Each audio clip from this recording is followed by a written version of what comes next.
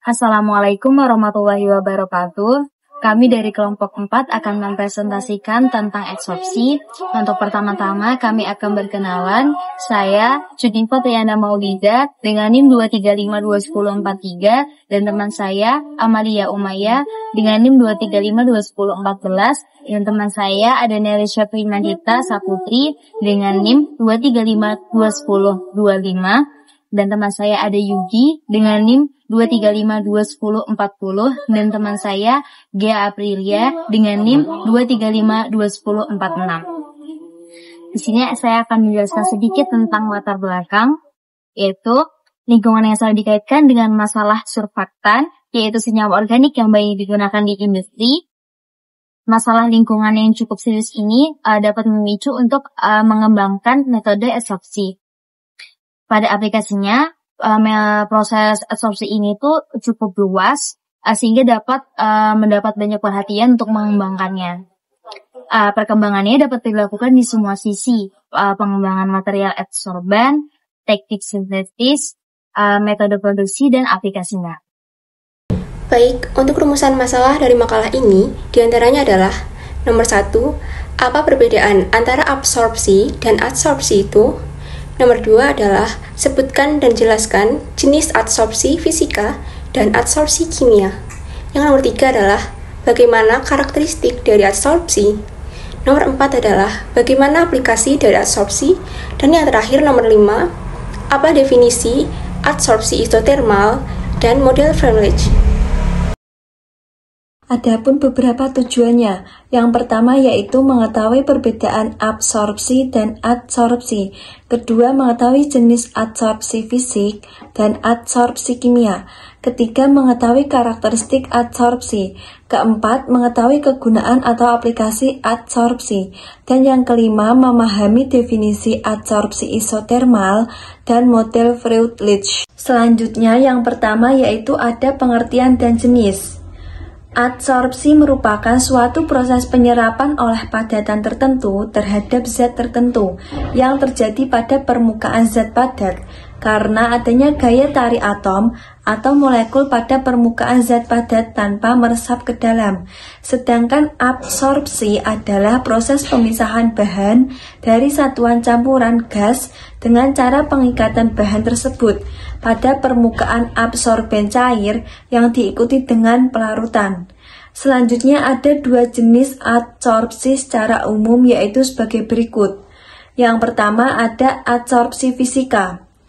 Apabila daya tarik menarik antara zat terlarut dengan absorben lebih besar dan daya tarik menarik antara zat terlarut dengan pelarutnya, maka zat yang terlarut akan diadsorpsi pada permukaan adsorben.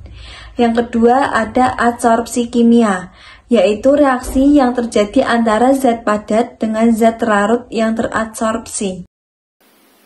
Baik, selanjutnya adalah karakteristik dari adsorpsi. Yang pertama yaitu permukaan padatan adsorben cukup besar dan terstruktur, seperti gambar berikut. Untuk bulatan besar yang di tengah merupakan adsorben yang nanti akan menyerap adsorbat yang berwarna ungu pada permukaannya. Lalu yang kedua adalah interaksi antar molekul berupa gaya van der Waals atau gaya elektrostatik.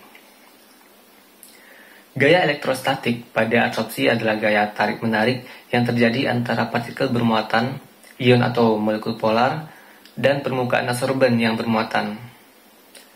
Proses ini melibatkan interaksi antara muatan positif dan muatan negatif, yang menyebabkan partikel tersebut tertarik dan menempel pada permukaan adsorben.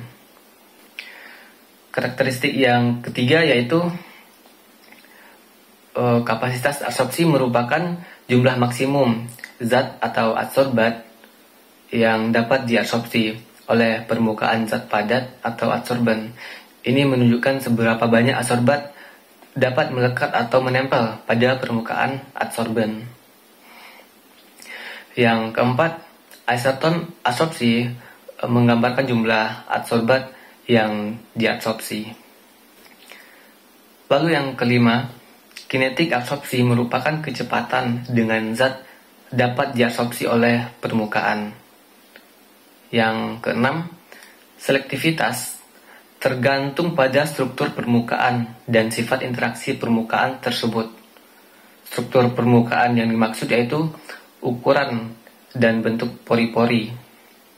Adsorban dengan pori-pori yang sesuai dengan ukuran molekul adsorbat akan lebih selektif dalam mengabsorpsi molekul tersebut.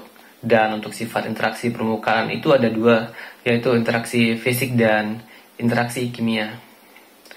Lalu karakteristik yang terakhir yaitu beberapa adsorban dapat diregenerasi atau dibersihkan untuk digunakan kembali. Selanjutnya adalah aplikasi atau penggunaan adsorpsi. Adsorpsi biasanya digunakan dalam pemutihan gula tebu. Gula yang masih berwarna akan dilarutkan dalam air, yang kemudian akan dialirkan melalui tanah diatomai dan arang tulang. Lalu zat-zat warna dalam gula akan diadsorpsi sehingga diperoleh gula yang putih bersih. Lalu yang kedua, norit. Tablet yang terbuat dari karbon aktif norit di dalam usus, norit membentuk sistem kaloid yang dapat mengabsorpsi gas atau zat racun. Adsorpsi juga digunakan dalam penjernihan air. Menambahkan tawas atau aluminium sulfat akan terhidrolisis membentuk AlOH3 yang berupa kaloid. Kaloid ini dapat mengabsorpsi zat-zat warna atau zat pencemar dalam air. Kemudian saya akan menjelaskan mengenai adsorpsi isotermal dan model Freundlich. Dalam proses adsorpsi, sering dikenal istilah isotherm absorpsi atau adsorpsi isotermal. Adsorpsi isotermal adalah adsorpsi yang menggambarkan hubungan antara zat yang teradsorpsi oleh adsorben dengan tekanan atau konsentrasi pada kesetimbangan dan temperatur yang tetap. Karakteristik penting dari adsorpsi isotermal adalah bahwa pada suhu tertentu terdapat batas kapasitas adsorpsi maksimum yang dapat dicapai oleh permukaan adsorben untuk adsorbat tertentu. Adsorpsi isotermal sering dianalisis menggunakan model-model seperti persamaan Lamuir dan Freundlich untuk menggambarkan hubungan antara jumlah adsorben yang diadsorpsi dan konsentrasi adsorbat pada suhu yang konstan. Untuk pada kali ini, saya hanya akan menjelaskan mengenai model Freundlich saja. Adsorpsi isotermal Freundlich menggambarkan adsorpsi jenis fisika, di mana adsorpsi terjadi pada beberapa lapis yang ikatannya tidak kuat. Adsorpsi isotermal Freundlich juga mengasumsikan bahwa tempat adsorpsi itu bersifat heterogen.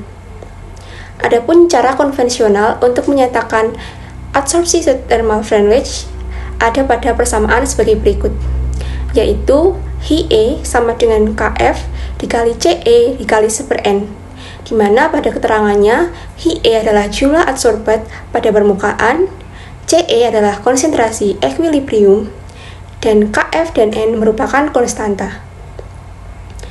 Konstanta Freundlich menunjukkan ikatan antara adsorbat dengan adsorben yang diperoleh dengan cara eksperimen.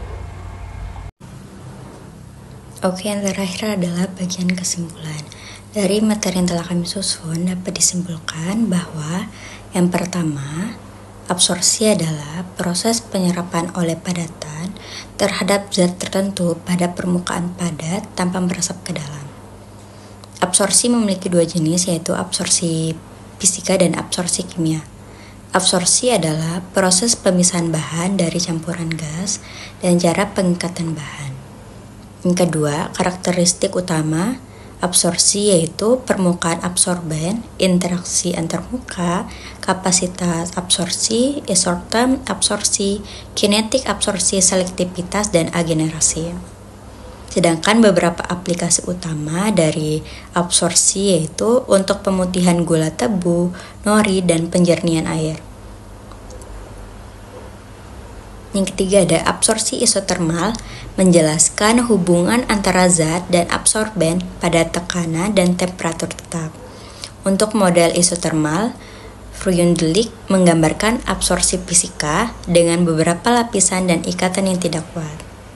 Ini merupakan beberapa referensi yang kami jadikan rujukan dalam pembuatan makalah ini. Sekian dari kelompok kami. Assalamualaikum warahmatullahi wabarakatuh.